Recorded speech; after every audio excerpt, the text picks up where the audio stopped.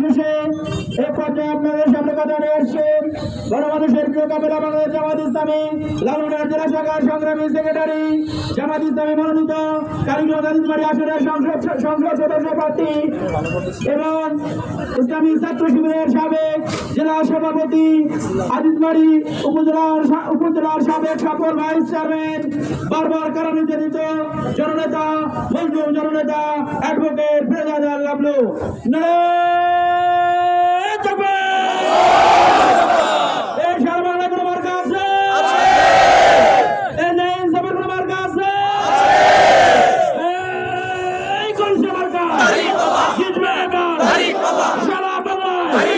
দেখিয়ে দেবে ইনশাআল্লাহ হবেই হবে বিজয় হবে ইনশাআল্লাহ।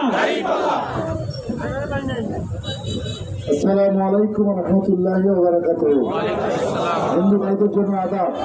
সম্মানিত ভাইরা, তিনভান্ডার ইউনিয়নের উদ্যোগে দাঁড়িপাল্লার আজকের এই তিনভান্ডার বাজারের গণসংযোগে উপস্থিত রয়েছেন সম্মানীয় সভাপতি মোজাম্মেল হক বাবুল, উপস্থিত আজকে উপজেলার সম্মানিত আমির, উপজেলা পরিষদ চেয়ারম্যান পদপ্রার্থী প্রিয় ভাই মাওলানা রুহুল আমিন সহ অন্যান্য নেতৃবৃন্দ। আমার সামনে সম্মানিত ভাইরা, যে সমস্ত ভাইরা ব্যবসায়ী ভাইয়েরা শুনছেন, আপনারা জানেন যে সারা বাংলাদেশে যে গণজোয়ার সৃষ্টি হয়েছে দাঁড়িপাল্লার, সেই গণজোয়ারের অংশ হিসাবে কালীগঞ্জ আজিজবাড়ির প্রত্যেকটি বাজারে বাজারে আজকে জোয়ার উঠেছে। ঠিক না? প্রত্যেকটি মানুষের আকাঙ্ক্ষা এই বাংলাদেশের সবাইকে দেখা শেষ, আগামী দিনে দাঁড়িপাল্লার বাংলাদেশ। আমরা জানি এই 53 বছর কালীগঞ্জ আজিজবাড়ি আমাদের জনগণকে প্রতারিত করেছিল। ঠিক না? জনগণের কল্যাণের কথা বলে, জনগণের ভাগ্যের উন্নয়নের কথা বলে যারা এমপি হয়েছিল, যারা সরকার হয়েছিল, তারা তাদের ভাগ্যের উন্নতি ঘটিয়েছে। ঠিক না? আজকে কালীগঞ্জ আজিজবাড়িতে হাসপাতালের চিকিৎসা সঠিক নাই। আজকে আজিজবাড়ি কালীগঞ্জে আমাদের যুবকদের কর্মসংস্থান নাই, আমাদের নারীদের কর্মসংস্থান নাই, আমাদের কৃষকদের অধিকার নাই, তার সঠিক সময় পায় না, আমাদের ছাত্রছাত্রীদের কোনো প্রকার সহায়তা নাই। ঠিক না? আজকে প্রত্যেকটা কাজে দুর্নীতিতে সয়লাভ হয়ে গেছে। ঠিক না? তাই তো এই জাতি মুক্তি চায়, মুক্তির সোপান হিসেবে দাঁড়িপাল্লাকেই বেছে নিচ্ছে। ঠিক না? আজকে আমরা বলতে চাই, আমরা দাঁড়িপাল্লা মার্কা যদি নির্বাচিত হয়, ইতিমধ্যে আমরা ঘোষণা দিয়েছি, আমরা এই অঞ্চলের হাসপাতালগুলোকে ঠিক করবো ইনশাআল্লাহ। এখানে মাত্র 50 শয্যার হাসপাতাল, আর আজিজবাড়িতেও 50 শয্যার হাসপাতাল, মানুষ প্রায় 7 লক্ষের উপরে।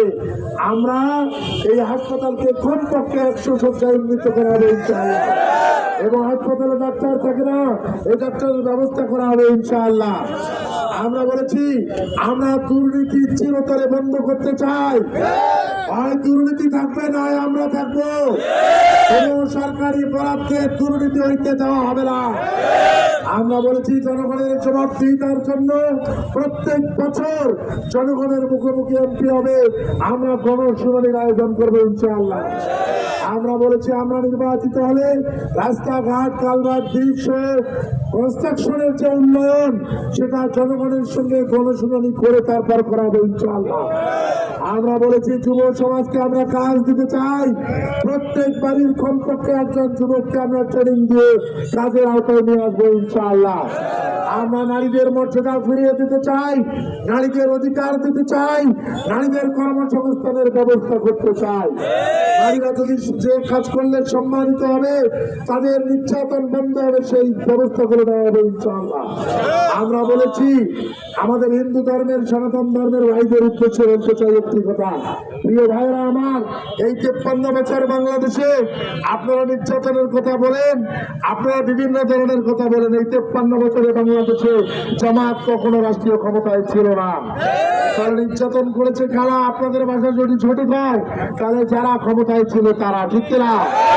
আমরা মনে করি জামাত ক্ষমতায় আসলে এদেশে সংখ্যালঘু সংখ্যাগুরু থাকবে না, সকল মানুষকে এক কাতারে নিয়ে এসে নাগরিক সুবিধা সবার সমান হবে ইনশাআল্লাহ। আজকের এই গণসংযোগে আপনারা সময় দিলেন, যারা কষ্ট করে আসলেন, সাময়িকভাবে যে সমস্ত দোকানদার ভাই এবং রাস্তাঘাটে যারা গাড়ি চালাচ্ছিলেন তাদের যে সাময়িক কষ্ট হয়েছে, এজন্য আমরা ক্ষমা চেয়ে নিচ্ছি। আগামী দিনে কালীগঞ্জ আদিতবাড়িতে যে জোয়ার উঠেছে, কি মার্কা জিতবে এবার? কৃষক শ্রমিকের মার্কা কি থাকবে? মার্কা আছে রে, মার্কা শিখাই যাবে কৃষক শ্রমিকের চাঁদার বিরুদ্ধে কোনো মার্কা আছে রে? বিরুদ্ধে কোনো মার্কা আছে রে? সাধারণ মানুষের কোনো মার্কা আছে রে? মার্কা। আসসালামু আলাইকুম রহমতুল্লাহ, হিন্দু ভাইদের জন্য আবার